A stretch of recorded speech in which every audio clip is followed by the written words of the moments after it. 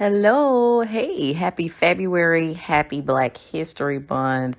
Thank you for choosing the Cotton Candy Clouds podcast, a podcast that loves Dr. Pepper. Thank you for listening on whatever day or hour it is for you. Thank you for hanging out with me, Fee, on a podcast that just is me yapping and yammering about a smorgasbord of topics with a myriad of theories and perspectives. In addition, to my interpretations and opinions, of course. Too much of nothing and a little bit of everything, justifying randomness. This is what the Cotton Candy Clouds podcast is about. Welcome. Speaking of Dr. Pepper, there's a young lady on TikTok, and I forgot her name. But if you weren't familiar, shout out to her.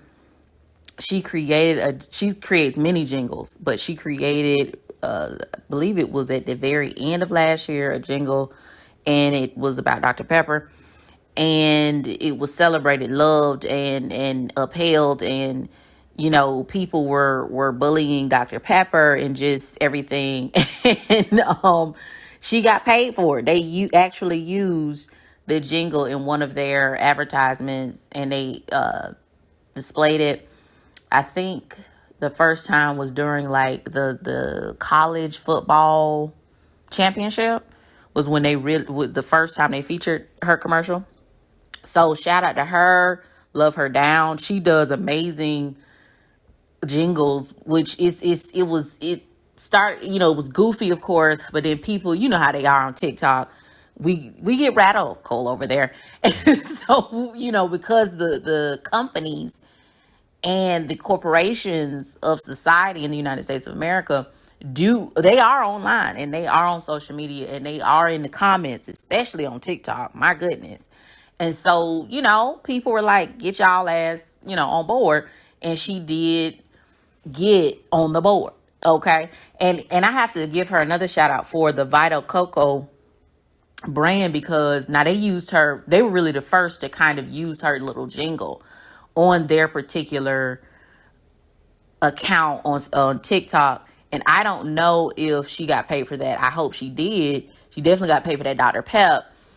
But I just really I can't believe I actually went out and got some Vita Coco strawberry, and I think it was orange, because I never even knew they had it. But they put her little jingle in the background, had the little different flavors. I said, well, okay, because I'm not a Vita Coco fan. I'm gonna be honest, their coconut water is not the one that I'm gonna go for, especially with the price of Vita Coco. However, I must give them credit for, first of all, featuring her little jingle that was cute and adorable, but also I didn't know they had them flavors, and they were pretty delicious, I must say.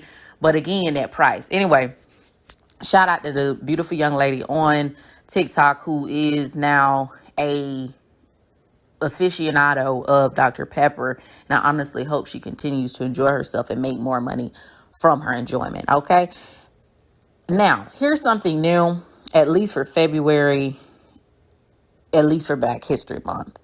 I wanted to celebrate whole albums by musical artists when I'm doing that feature the song of the day. Okay, so first of all, shout out to DUCKWRTH, album of the week, SuperGood.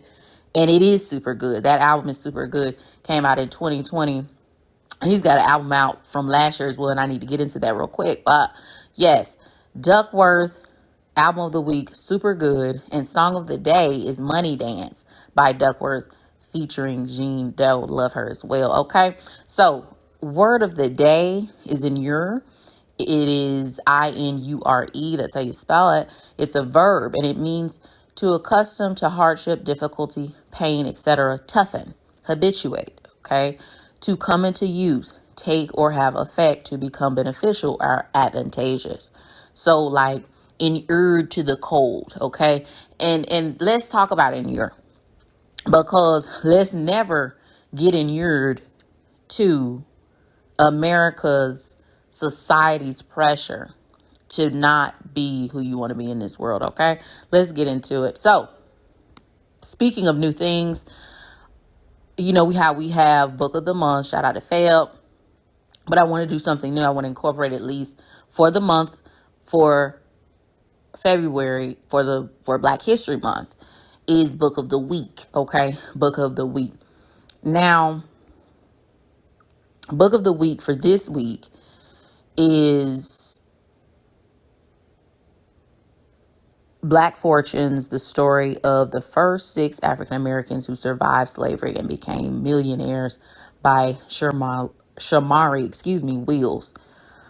Okay, so let me read the cover of this. Okay, first of all, let's talk about it. By telling the little known stories of 6 pioneering African American entrepreneurs, Black Fortunes, which is book of the week for the Cotton Candy Clouds podcast, makes a worthy contribution to Black history, to business history, to American history. That's Margot Lee Shetterly, New York Times bestselling author of Hidden Figures. All right. Between the years of 1830 and 1927, as the last generation of Blacks born into slavery were reaching maturity, a group of industrious, tenacious, and daring men and women broke new ground to attain the highest levels of financial success. Mary Ellen Pleasant used her gold rush wealth to further the cause of abolitionist John Brown. Robert Reed Church became the largest landowner in Tennessee. Hannah Elias, the mistress of a New York City millionaire, used the land her lover gave her, my goodness, to build an empire in Harlem. Okay. Orphan and self-taught chemist Annie Turnbow Malone, and I hope y'all know who that is, developed the first national brand of hair care products. Mississippi school teacher O.W. Gurley developed a piece of Tulsa, Oklahoma, into a town for wealthy Black professionals and craftsmen that would later be known as Black Wall Street, R.I.P. Although Madam C.G. Walker was given the title of America's first female Black millionaire, she was not. She was the first, however, to flaunt and openly claim her wealth, a dangerous and revolutionary act. Nearly all of the unforgettable personalities in this amazing collection, which is Black Fortunes, were often attacked, demonized, or swindled out of their wealth. Black Fortunes illuminates a never before the birth of Blackness business type. Okay, so wonderful. I think I know most of the ones in here, but I gotta be honest, there's a few names that I myself even don't know, so I can't wait to get into that later at some point in this week, month, or year. Okay, so it's important to understand that Black history, African American history, is American history. Okay, so let's do a metaphysical commercial break one time. All right, so of course you know that we have Crystal of the Month. And it was hard this month for some reason, but I got it. I'm trying to be better at pre-planning. I'm trying to get this podcast to the smoothest, most sexiest, satisfactory level. Now, Amethyst is the crystal of the month. And I gotta be honest, I learned some things. Okay, so Amethyst for releasing bad habits. Amethyst is a powerful tool for soothing your mind and emotions and has been used for thousands of years as a defense against overindulgence and an aid in overcoming addictions. It is a light violet to deep mauve and can be found in various forms like banded masses, geodes, and gem quality crystal clusters. Okay. You can wear amethyst jewelry as protection against addictive behavior and place it in all areas of your home for stability and support. One of the most popular gems in the world, amethyst is commonly found in Mexico, Africa, Canada, I was about to say Canada, Russia, and Brazil. All right, so for its growth powers is releasing addictions, overcoming fears, divine communication, wisdom. Okay, you can meditate with amethyst to unveil the unseen motives and reasons behind your behavior. Love that.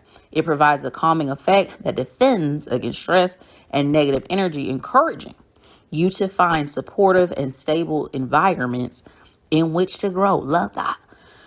Often incorporated in treatments for alcohol and drug addictions, working with amethyst can help with addictions to food and gambling. In addition, this is a great crystal for strengthening the immune system and bringing balance to the brain and nervous system.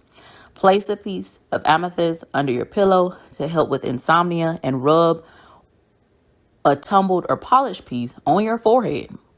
All right. To dissipate headaches. All right. The name amethyst stems from the Greek word amethystos, which translates to not intoxicated. Isn't that interesting?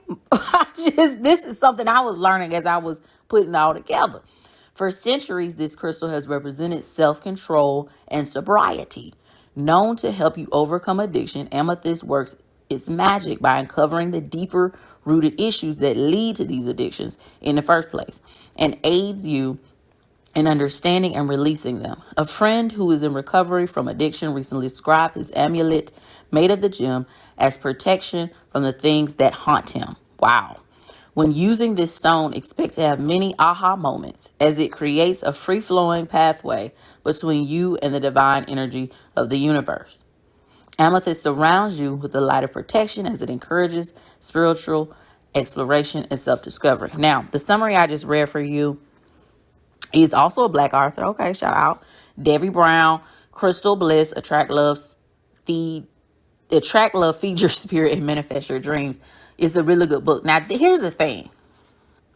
I'm not a big, until I did some of this research, I wasn't a big amethyst girly. It just wasn't a stone to me, that I was drawn to and that I would use. And you know what? Maybe not to say that I've been playing with addictions, but who's to say? But here's the thing is that when I read this summary initially, I was like, okay, it's all making sense a bit. And honestly, yes, I want amethyst. And I have felt, again, we on the metaphysical commercial right now. Them long commercials. Okay. And so I have felt that power, I think, if you call it that, of amethyst before in an amulet sense, that protective stone. But the energy was never really hitting. But, that was energy because, amethyst is one of the first stones most people give out, put in their home. They sell it you can buy amethyst at probably Walmart right now, and it could be the real amethyst because it's grown plenty. The earth creates plenty. Again, amethyst is not just, something that people put spiritual stuff on. It's an actual rock from the earth. Okay. And so now I get, when you're in the energy of your youth, you young, wild, and free. Now I'm still young, wild, and free, but I guess, more of the wildness, and more of the freeness of my youth, it makes sense that maybe amethyst wouldn't have hit the same. You know what I'm saying? So I'm actually glad that I read that because I've never heard also it described that way. And to me, the description in this book, and then, when I did further researches, quote unquote, because girl, it ain't that deep of research, but internet research, pull, I'm like, oh, this is why maybe it was, antagonizing my spirit in my, again, young, wild, and free youth. But now I would love a good amethyst. So now I'm really on the lookout for some amethysts. I'm like, this is what I need. Not to say again that I'm dealing with those things, but from the aspect of the amulet, from the aspect of self-control and overindulgence, I'm like, okay, this is good, Lord, this is amazing. And for it to be so commonly found on earth and for it to be, something that people have in their house, they probably don't even know why maybe they're conflicted within their home to do certain things, to overindulge, should be, out of character or something with their control. It's like, wow, okay, now it's coming all together. Anyway, moving on, still in the metaphysical commercial, incense of the season. As you know, the season is winter. I laughed today because I found a post from, how on Facebook, it'll be like, remember when you said this. So anyway, it said in Feb of 2024, that it was 61 degrees on today of that year. And I laugh because it's 52, might be 53 at this point, or 54 or 55 today. So I was like, wow, ain't nothing much changed Shout out to winter. Anyway, pine incense of the season is pine, and it's a cleansing incense used as protection through this season of winter. It soothes and relaxes the respiratory systems while stimulating physical activity. It strengthens and heightens spiritual awareness. We need that at times like this. All right. Boop, boop, boop. Boop, boop, boop. That is the end of the metaphysical situations. Okay, so I want to recognize someone who did not know me, but who was near and dear to my heart. R.I.P. Shirley Raines. If you don't know who this beautiful, angelic earth angel was, she was a black woman from California, and she was a Capricorn. Shout out to Capricorns, okay? And she was a community activist, and she founded her own nonprofit group called Beauty to the Streets, which provided hair and makeup services, food, clothing, hygiene, and safety items to thousands of homeless. That probably, let's just be honest, millions, because the impact of homeless people in Skid Row, Los Angeles, which if you don't know what Skid Row is in Los Angeles, look it up. It's devastating, okay?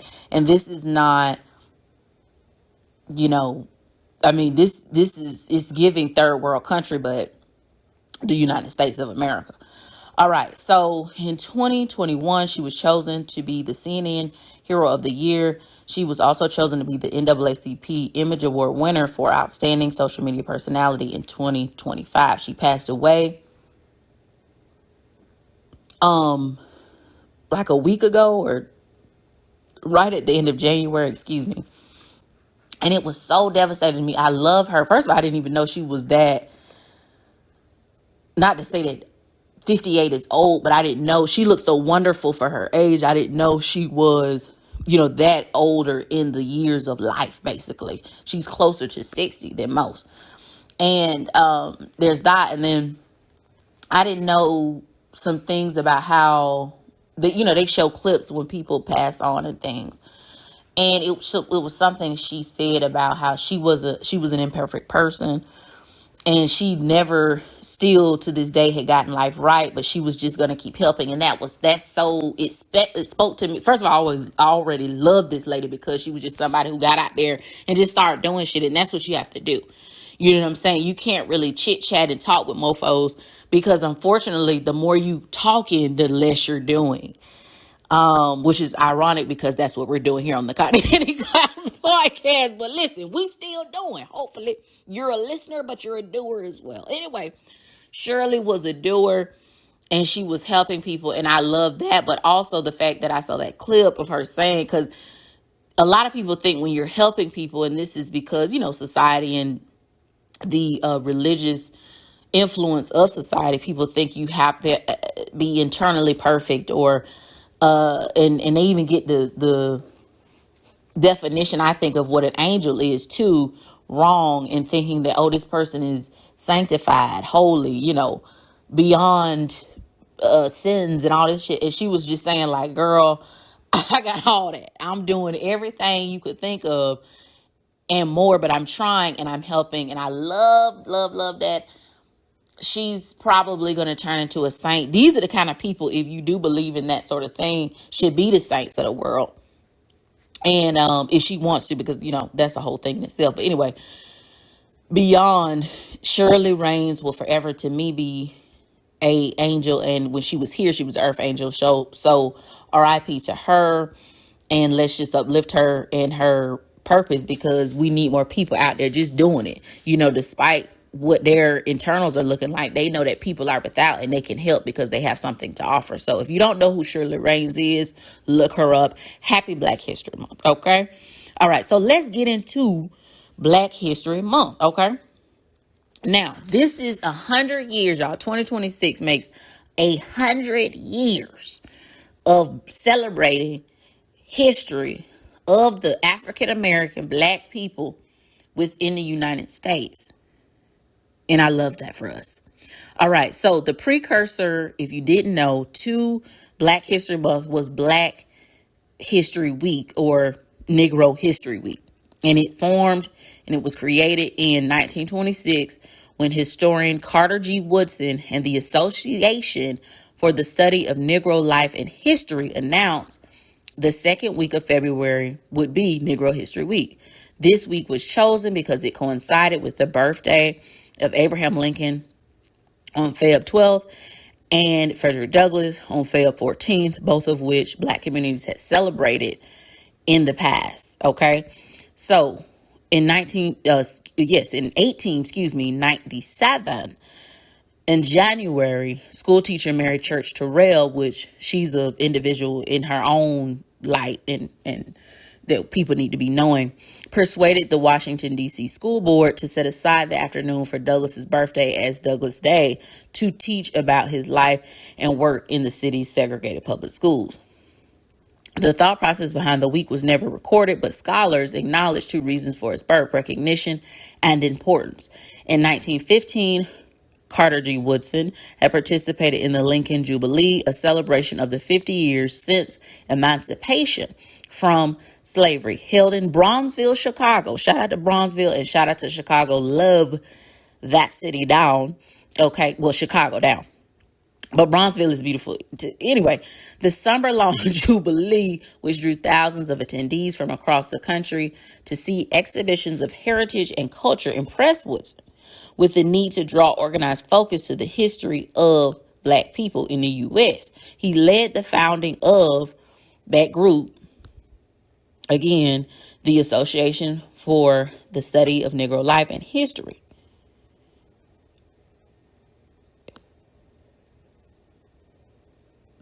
Okay, he led that group to Chicago that fall toward the end of the Jubilee. All right, anyway. Early in the event's history, African American newspapers lent crucial support. This is the power of the press. I don't know what they got going on right now, but this is the power of the press.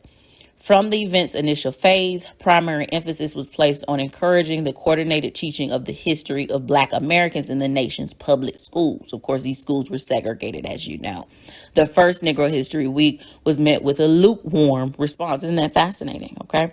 Gaining the cooperation of the Departments of Education of the states of North Carolina, Delaware, and West Virginia, as well as the city school administrations of Baltimore, New York, and Philadelphia and Washington, D.C. Despite this limited observance, Woodson regarded the event as one of the most fortunate steps ever taken by the association, and plans for an annual repeat would be continued. Okay, period. That's how we got here today, 100 years. At the time of the Negro History Week's launch, Woodson contended that the teaching of Black history was essential to ensure the physical and intellectual survival of Blacks within broader society. Let's take a break.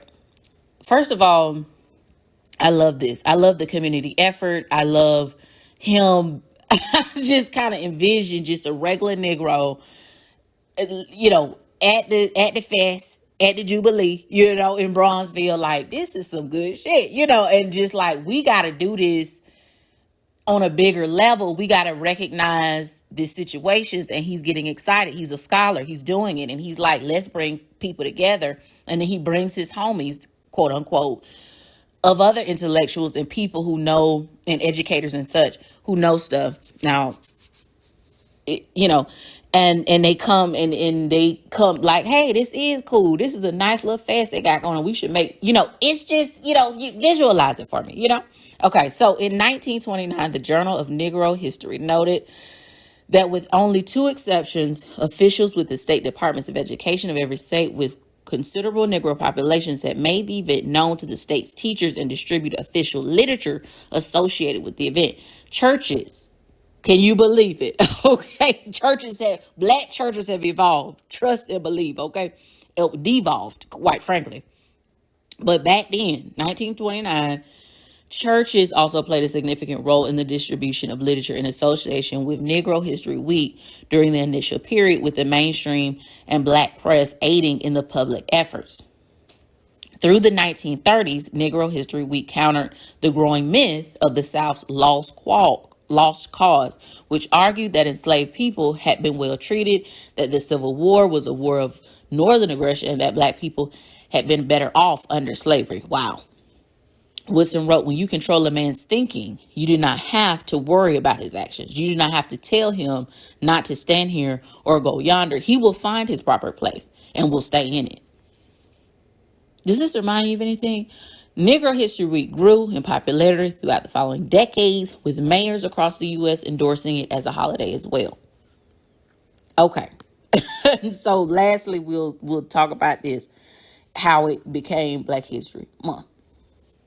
So Black educators and Black United States students at Kent State University, you need to look that university up as well, first proposed Black History Month in February 1969. The first celebration of Black History Month took place at Kent State a year later, from January 2nd to February 28th, 1970. 6 years later, Black History Month was being celebrated all across the country in educational institutions, centers of Black culture, and community centers, both great and small. When President Gerald Ford recognized Black History Month in 1976, during the celebration of the United States bicentennial, he urged Americans to seize the opportunity to honor the too often neglected accomplishments of Black Americans in every area of endeavor throughout our history. And there you have it, everyone, the history of Black History Month. Started off with a week. Started off with a guy going to a jubilee. It started off with churches. Wow, spreading the quote unquote gospel of the history of the peoples who had formed and built on their backs, blood, sweat, and tears, quite literally, the United or ununited States, some would say, of America. And there you have it. Okay. Happy February. Happy Black History Month. It's imperative that all, excuse your ears, that all peoples in this country and others, because of the impact that the United States has had on other countries, the impact that Black people have had on the United States is a direct assembly line of such influence.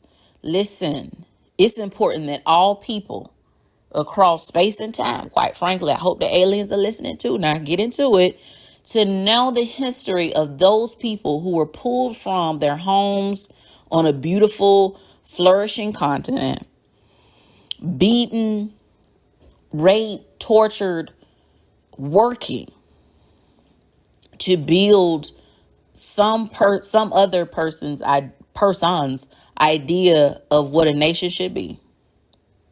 Were emancipated, and within the confines of enslavement and after, were constantly defining American history as we know it forevermore. Okay, girl. Okay, get into it. Anyway, okay, so quote of the day is what we're heading out with, by a wonderful, beautiful woman named Mary McLeod Bethune. If you don't know her, something's wrong with you, love. All right. Quote of the day. For I am my mother's daughter, and the drums of Africa still beat in my heart. Hello. This is how I feel. You know, it's amazing how throughout space and time, speaking of space and time, people will have said things, and it'll be something that was in your damn journal. You know, it's like something you wrote in 4th grade for a little quick essay that your teacher had you do. It will be something profound that someone within society has said already, because that's how wisdom goes. It is infinite. So shout out to you. Thank you for listening to the Cotton Candy Clouds podcast. All the information within this podcast will be on the social media forms of the podcast. That's on Blue Sky. That's on Facebook. That's on Twitter. Okay. Love you down for listening. When your head is in the clouds, there's always something sweet to think about.